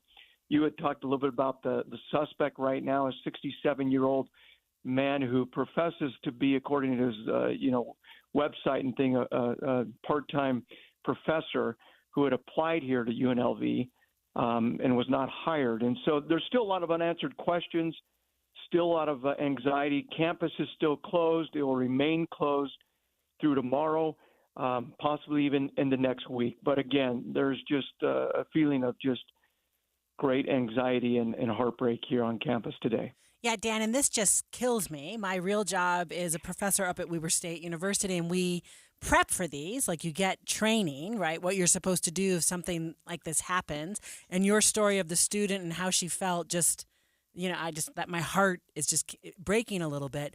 Can you talk to us about maybe how effective the trainings were? Like, even though the students might have been afraid, did you have a sense that the university had an effective lockdown procedure? There were protocols that were put into place that helped them minimize, what potentially could have been a tragic loss of life? Yes, everyone we spoke with said that the university did an outstanding job when it came to notifying students and getting them to understand exactly what was happening. They said they all got text. They were notified very quickly if we've got a active shooter situation on campus, and then that chilling email base or text that basically says, run, hide, and fight. I mean, that's pretty much what they were told. And everyone, according to the students we spoke with and everything, the professors knew what to do. Everybody went into lockdown mode. Everybody went into some place where they could try to be safe. Everybody tried to hunker down somewhere. And so it seemed as though the message was very clear from everybody as far as what to do and how to go about it. And nobody moved until, officers came door to door. I mean, some people were hunkered down for several hours because basically they just wanted to remain there till they got the all clear from police, and police were going, SWAT team were going door to door in classroom to classroom and, escorting everybody out with their hands up in the air. And that's why a lot of them had to leave behind, belongings and other things like that. And so, yes, it appears as though, and talking to the professor also, who was a BYU professor for 10 years, he said that the training they have received and the information they received was very up to date and very helpful in this situation. Well, not that makes up for any of this, but that is good to hear that the procedures were followed and that probably the casualties were cut down immensely by having having the lockdown procedures in place. Dan, as you're there on the ground in Las Vegas, the sense of the community, I think it's been a few years only since really the nation's largest active shooter situation happened right outside of one of the hotels in Las Vegas, right at a concert. Right. And so, this is fresh, right? This is opening old wounds. So how is the community feeling? What's happening on the ground outside of the campus, but in Las Vegas generally? The feeling I'm getting, at least, is a feeling of, because we heard a lot from the political officials yesterday, the governor, the mayor, and many of those. And the feeling I heard time and time again is they're angry. I mean, they're frustrated. They're angry at the fact that lives are being lost. I mean, you're right. It was 6 years ago when that mass shooting happened right outside that hotel on the grounds, the fairgrounds there. And it was just, the number of lives that were lost was just horrific. We're talking about 3 lives, and 1 life is too many. But the feeling I have from the community is, that they are looking at ways, how can we prevent this? But there's no question from the sheriff how the tragedy from 6 years ago really made a difference on this one. I mean, they went right in and took this guy out. It was a matter of minutes. By the time they reached the shooter, it wasn't, hey, let's all stand back, let's look around, let's organize, let's see what we're going to do. Let's call in, people and see if we can get the shooter on the phone or whatever. It was, you go towards the threat, and they took him out. And, and that's something that the sheriff said that really played well in this respect from other previous shootings that have happened. They learned you go towards the threat and you stop the threat. And that's exactly what happened here. Whereas others could have easily been killed if they did not do that. We read in your article, Dan, that it's that 40 minutes from start to finish, they were evacuating after the gunman was brought down, and 2 of the campus police actually went in and took the gunman down. So great, obviously, heroes on the ground there protecting others and jumping right into action. So we so appreciate you joining us today. Is there anything else you want to leave our listeners with before we wrap up, Dan? I just want to say, I've been in this business for over 30 years. I've been covering that, and I've covered a lot of, tragedies like this, unfortunately. but it never gets routine. It never does. It's just time and time again. It's the people, the faces, the events that you talk to, the stories you hear. It's just always as fresh as if it, just I barely got it. This is my first story, kind of thing. It doesn't get old. It's just a very sad, unfortunate situation that sometimes we live in a society right now that why would someone want to take another life? And that's really the feeling that you get here. That's the frustration you get here. And, hopefully these students who are innocent and professors who are innocent, who are just trying to, make our lives better and make the world better by educating themselves and getting a quality education. It's unfortunate that something like this has to happen. Well, thank you for being on the ground, Dan. Appreciate it. Thank you. Coming up, why are students struggling with math in the U.S.? Join us after the break as we talk about the state of our education system.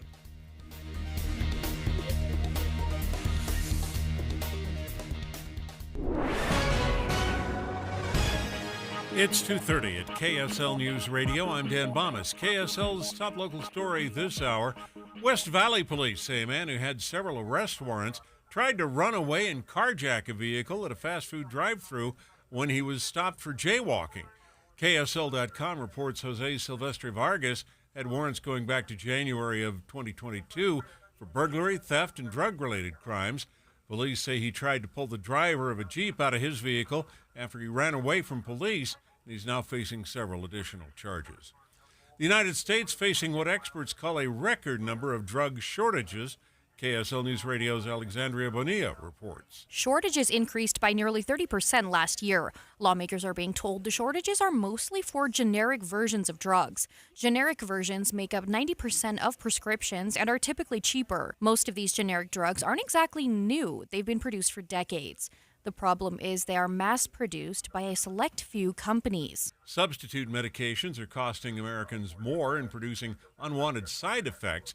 The shortages increased by about 30% last year. Our top national story this hour from ABC News. A new effort by the Biden administration to lower the cost of prescription drugs now. ABC News White House correspondent Karen Travers has details. They're warning pharmaceutical companies that develop drugs with taxpayer funding that they need to sell those drugs at reasonable prices or risk losing their patents to other companies who could make their own versions of the drugs at an affordable price. The administration is able to do this under what's known as march-in rights, something that hasn't been exercised before and would almost certainly face legal challenges. And your money at this moment, the Dow Jones average closing the trading day 62 points higher. The NASDAQ is 193 points higher today. The S&P 500 was up 36 points.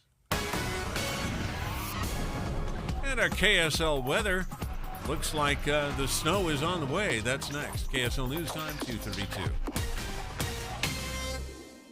Start your days with knowledgeable, friendly voices telling you about the latest news and weather out there. Hi, this is Tim Hughes and Amanda Dixon In the business of waking you up each morning from 5 to 9. on KSL News Radio. Andy Farnsworth and Steve Sales at NPS Industrial side of things at 1601 Empire Road in Salt Lake City. And Steve, there's amazing deals. First of all, 30% off all single-priced items here at the industrial side under $300. Right. There's an even better, more percent off if you pick up something that's over $300. Yeah, it's 50% off. Yeah, so you're going to get some amazing deals on things like exercise equipment. You can get a whole home water filter. Like, honest to goodness, a whole home water filter. They just happen to have it at NPS. We're joined now by Tammy, the store manager. Tammy, but you guys also have this thing that I didn't know about. You've got a bargain room. I do have a bargain room. Everything's a bargain, but there's a bargain room. Super bargain. Yes, it's a bargain room full of clothing and shoes. Bins and bins full of brand new clothing, brand new shoes. And this is different than the retail side NPS. This is over on the industrial side. You come in, and then in the back corner, and how much is the stuff in that bargain room? It normally goes for $5, but today and through the weekend, I have it at $1. So a single item of clothing, anything you find in that bargain room is $1. $1. Like a pretty dress or something? A pretty dress, some socks, some shirts, an outfit. I mean, wow. That's you can't get a better price than that on clothing. $1. $1. All right, so come on out to 1601 Empire Road in Salt Lake City near Redwood Road, California Avenue, just a little bit southwest of that, to NPS Industrial. At Shane Company, we believe everybody deserves to shine. That's why we create fine jewelry that's unique, personal, and crafted with care. Every engagement ring center stone is hand set by our expert jewelers. Every diamond meets our superior standards for sparkle and beauty. Every gemstone is chosen for its spectacular color, and our free lifetime warranty is the best in the industry. 'Tis the season to shine. Shane Company, fine jewelry since 1929. Finding great candidates to hire can be like, well, trying to find a needle in a haystack, but not with ZipRecruiter. Its powerful technology actively finds and invites qualified candidates to apply to your job. So while other companies might deliver a lot of hay, ZipRecruiter finds you the needle in the haystack. See why 4 out of 5 employers who post a job on ZipRecruiter get a quality candidate within the first day. Try ZipRecruiter for free at ZipRecruiter.com/free. That's ZipRecruiter.com/free. Getting help with plumbing repairs is easier than you think. All you have to do is call Any Hour Services or schedule an appointment at anyhourservices.com. No one helps more homeowners than Any Hour Services. Traffic and weather together brought to you by Granite Credit Union's new Dividend Plus checking account. Here's Ricky Meese. No accidents, no delays on your Valley freeways. However, fire crews are responding to a report of smoke in the vicinity of southbound I-15 and 90th South. It's being reported between the freeway and 90th South, and fire crews will be arriving on, I see them in the cameras right now. They're going to be arriving on the scene trying to look for that to make sure we have no roadside fire in progress. The perfect present doesn't always come wrapped under the tree.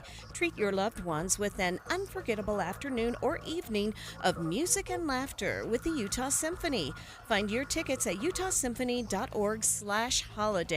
Ricky Meese in the KSL Traffic Center. KSL weather, we'll see snow showers starting late tonight into tomorrow morning. Already seeing snow in the Cottonwood Canyons. Valleys could see up to 2 inches with up to 16 inches in Utah's northern mountains. And right now, we're at 46 degrees with mostly cloudy skies. I'm Dan Bomas, KSL News Radio, 102.7 FM, 1160 AM, and KSLNewsRadio.com, Utah's news, traffic, and weather station. Inside Sources. Inside Sources. America's voice of reason. Boyd Matheson. On Utah's home for elevated conversation. Inside Sources on KSL News Radio. Welcome back to Inside Sources, except it's not with Boyd Matheson, who is taking the day. You're here with me, Leah Murray, and my good friend Abby Osborne. So, Abby, there was data released Tuesday that showed a 13-point plunge in math scores for American 15-year-olds on, the end-of-level exams, right? The tests were given to 620,000 students in 81 countries, so we're not talking just Utah. Does that make sense? Like, It's just kids all over the world. And there is a drop in math scores everywhere, not just in America. The 13-point drop is here in the United States, but everywhere math scores are hitting lows.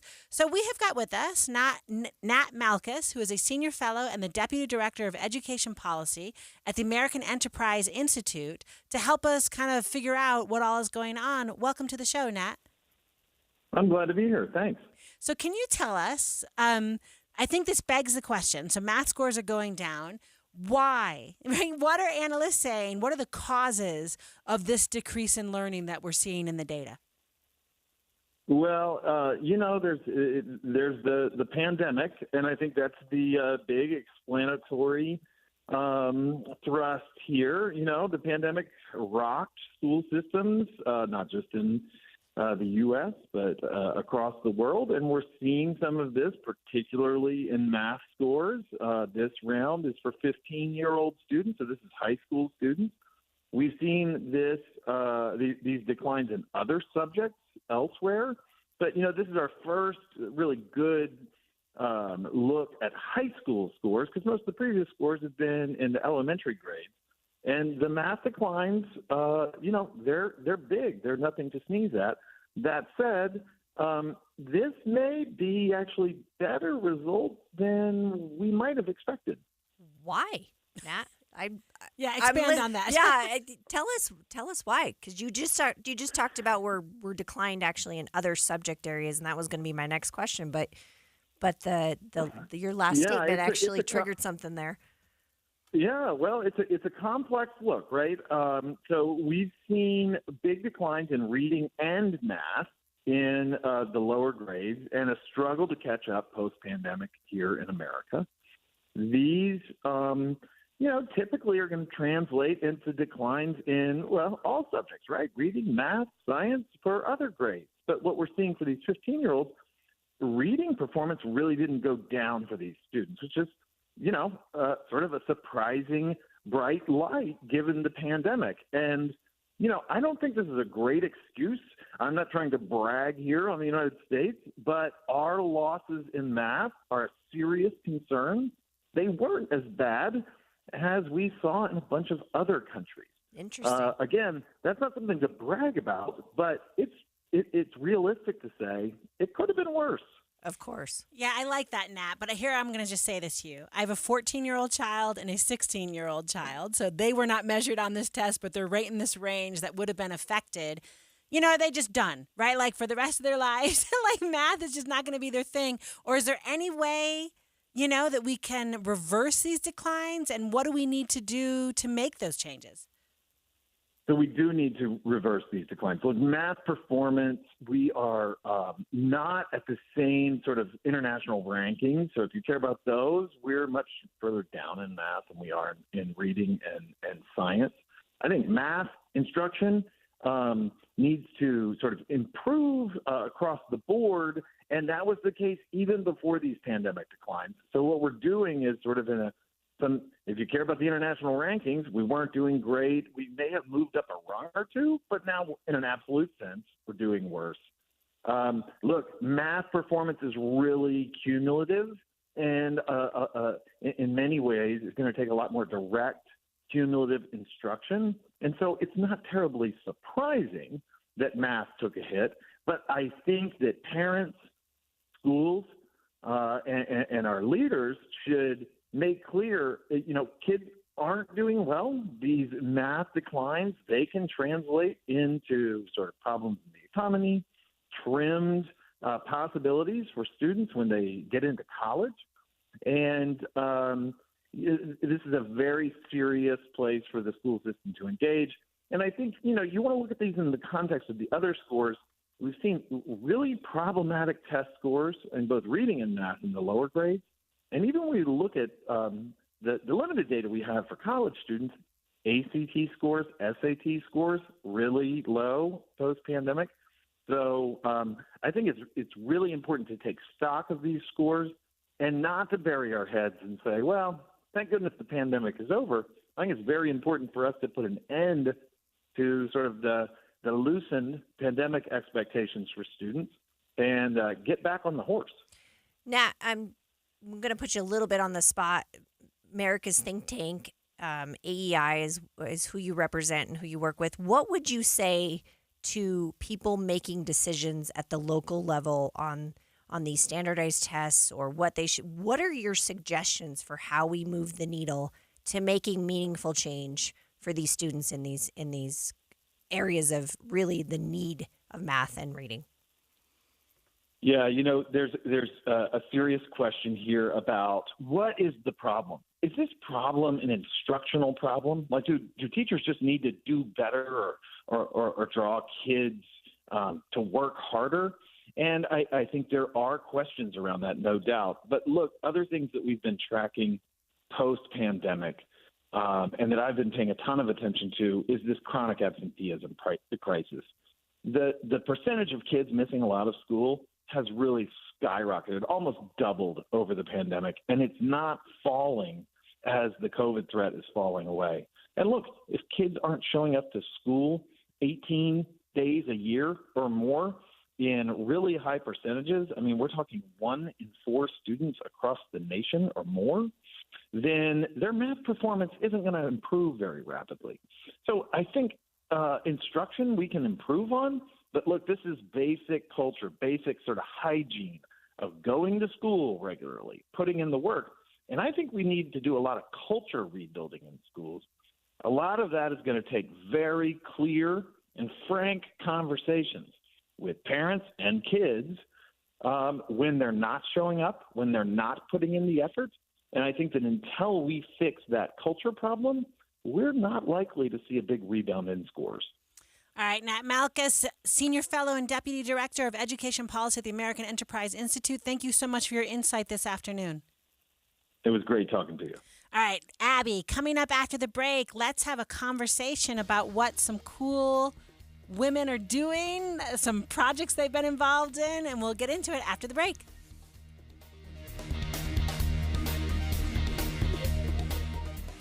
The biggest financial decision you'll ever make. I've always felt like my kids will own a home. And it's trickier than ever. Insurance, PMI, don't even get me started on home repairs. If you're buying or selling a home, Dave and Debbie have you covered. The 2024 housing market. Each morning this week at 10:20 on KSL News Radio.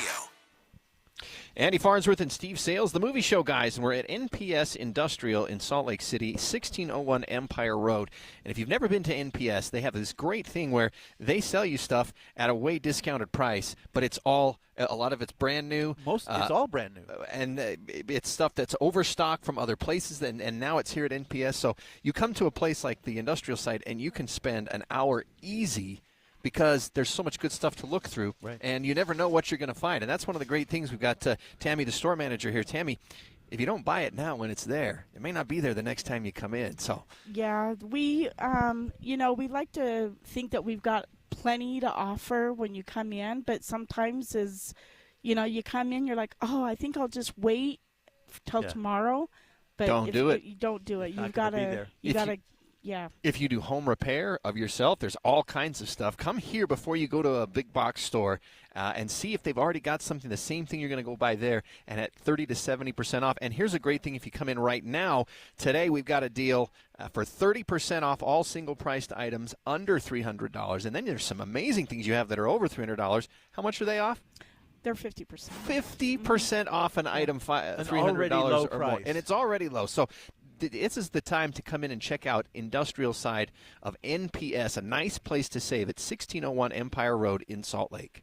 Guys, your promise is your word, right? You stick by it, you live by it. So does Revive Men's Health with our Revive Promise for low T and ED. The Revive Promise means your tests and lab work are free when you begin treatment, and our low T and ED treatments are money back guaranteed. Yes, that's right. We stand behind our treatments and our results. That's our promise to you. Revive Men's Health has successfully helped thousands of men with low T, ED, and sexual health issues since 2011. If you're experiencing symptoms like chronic low energy, less drive, sleep issues, weight gain, poor performance, bad moods, or ED, you need Revive. Don't settle. Get affordable, guaranteed custom low T and ED solutions with lasting results from Salt Lake City's favorite men's clinic. And remember, there are no extra bills when you begin treatment. All labs and tests are free, and your low T and ED treatments are money-back guaranteed. Call Revive Men's Health Salt Lake City today to schedule your appointment. Call 801-263-7777. That's 801-263-7777. Or visit ReviveMen'sHealth.com. When my daughter gets a cold,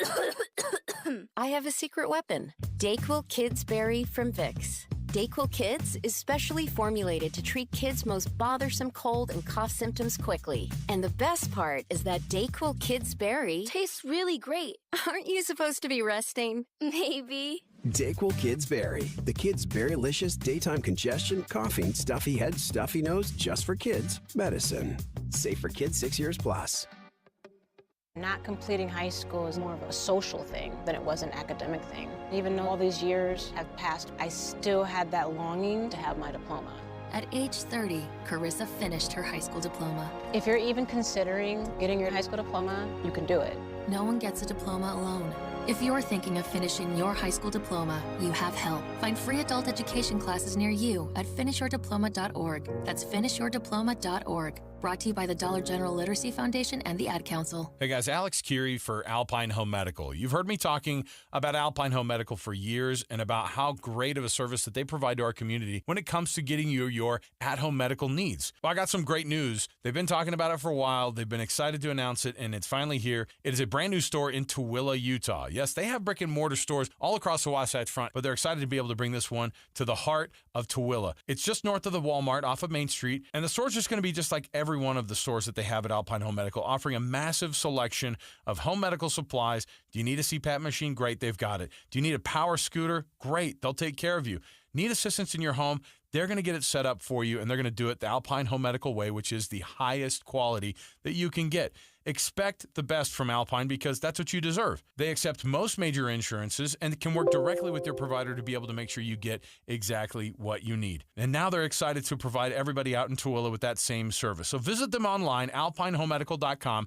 That's alpinehomemedical.com. It's easy to think all money managers are pretty much the same. But at Fisher Investments, we're clearly different. Different? How? You sell high commission investment products, right? No. Fisher Investments doesn't sell any commission-based investment products. Well, you must earn commissions on trades. Nope, never at Fisher.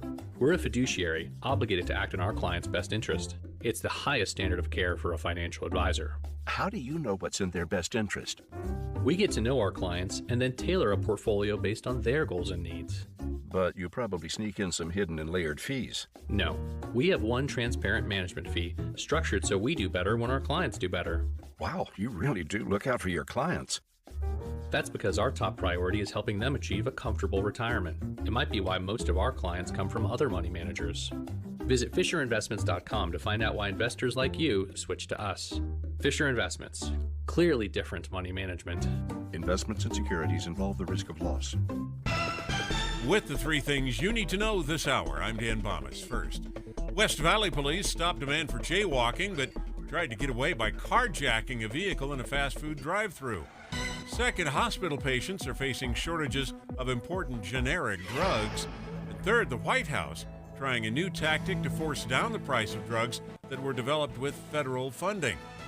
Right now, 46 degrees, mostly cloudy in Salt Lake City. Back to Inside Sources on KSL News Radio. Hear elevated conversation on crucial issues. Boyd Matheson on Inside Sources. Welcome back to Inside Sources. I am Abby Osborne, and here with Leah Murray, we're wrapping up this show. Really honored to be here and filling in for Boyd, so thank you, listeners, for having us here today. We're going to end on a little bit of a note of hope, and there's really good things going on out there in our community with really good people that are working to make a difference. Excuse me. On our show with us right now, we have Emily McCormick. She is the CEO and founder of the Policy Project at Capitol Hill that I work at and get to enjoy meeting these people every day. She is a group of three women that are just the force. We call them the three ladies. I love that. I interacted with them, Abby. I told you this offline around their project last year, the year before, around getting feminine hygiene products out. And up at Weber State University, went to one of their events and just thought, okay, like in the presence of greatness and like women who are getting things done. Doing good work. And Emily, thank you for joining us today. I know you've been across the state this afternoon, so thank you for spending some time with us. Oh, so happy to be here. Thanks so much, Abby and Leah. So we were just talking before we started the show about having you get on, talk to us about the project that you all worked on last year, which was teen centers. So important this time of year with homeless teens across the state, resources for them, but also, meal packets and everything else as they don't have access to the schools during the Christmas holiday. So can you just talk to our listeners about the initiative, what's happened across the state, and then the impact these centers are having on our teens? Yeah, absolutely. It was, it's such a neat project. I think what we've seen as the cost of housing and inflation and everything have gone up is that there's such a need for teens and for kids in our state. And we all know that teens don't actually control their economic standing. And so we need to keep a special eye out for them. And what we found is that in Utah, about 1 in 50 teens are experiencing or classified as homeless. And it's interesting because Utah really, we are pretty good on poverty rates, compared to other states. But that number was just high enough where we really needed to do something about it. And so we were able to work with the legislature last year and get $15 million plus raises from the legislature, and then raise $3 million privately to basically build out these teen resource centers. The idea is that every high school, ideally in the state of Utah, would have a place where kids can come in, they can take a shower in private, they can do their laundry, because laundry ends up being a big deal for teens that might be living in a car or in a shelter, something like that. Also get food that they can grab and go, and have access to a trusted adult. I mean, that's always the biggest one, is, them being able to connect to the community at large. So we are thrilled because we were able, so far 53 schools are starting to build out teen centers. And just this morning, like you said, I was at Odyssey Elementary in Ogden, where they have a homeless population of about 50 students, which ends up being a pretty big part of their student body. They're located right next to a homeless shelter. And you could see the way that this is being used. Families are in there. They're getting food.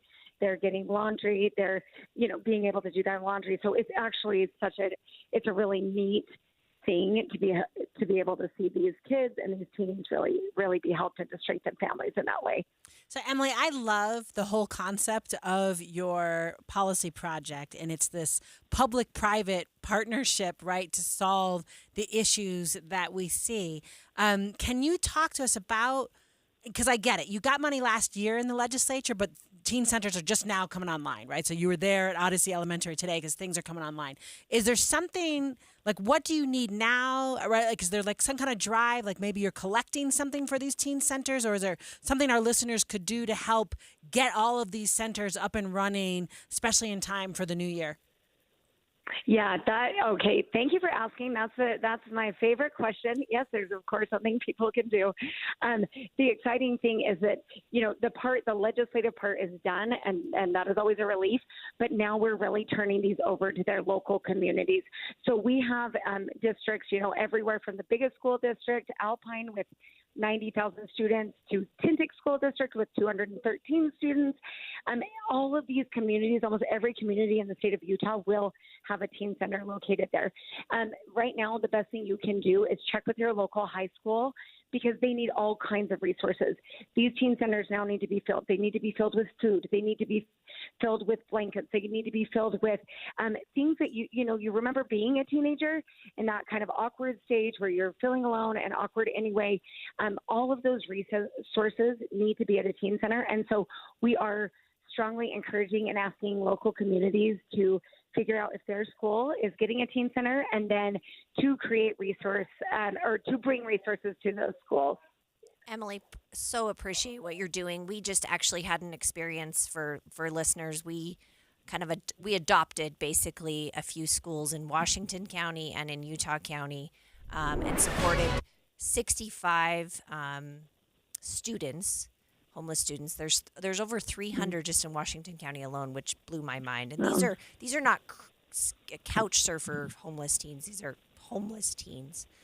And so just packets of goodies for the holidays, right? A meal kit, a blanket, like you said, hats, gloves, any of those things that can help directly to the teens.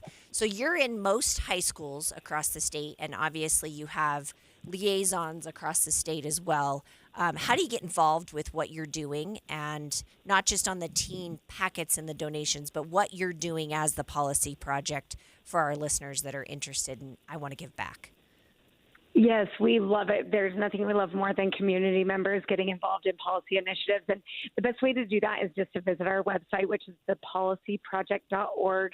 And we have a whole section about volunteering, and really every single part of this. There's so many levels to the work we do, from legislative work to dropping things off at a high school. And so we love to have anybody involved in those things. All right, Emily McCormick, the president and founder of the Policy Project. First of all, thank you so much for the good work you are doing, and thank you so much for joining our show today. Thank you so much. Have a great day. So, Abby, it has been a wonderful 2 hours with you, and I hope our listeners learned maybe not as much as they get out of a Boyd Matheson 2 hours, but hopefully we delivered, absolutely, a good afternoon conversation starter for them. So don't go away, listeners. Stay here, stick around. Jeff Kaplan's afternoon news is up next.